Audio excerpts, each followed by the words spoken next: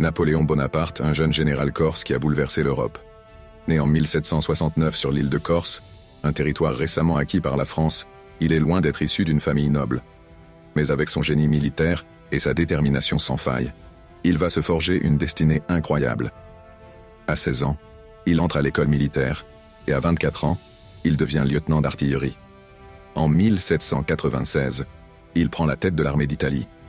En seulement quelques mois, il inflige une série de victoires éclatantes aux Autrichiens et renforce la position de la France en Italie. Ce n'est pas la simple chance, mais une stratégie brillante qui l'amène à triompher. Mais Napoléon n'est pas qu'un homme de guerre. Il est un homme du peuple qui inspire les masses. À son retour à Paris, après ses victoires, les rues sont envahies par les foules. Il devient un héros national. Mais le plus grand défi l'attend, prendre le pouvoir. En 1799, la Révolution française est dans une impasse.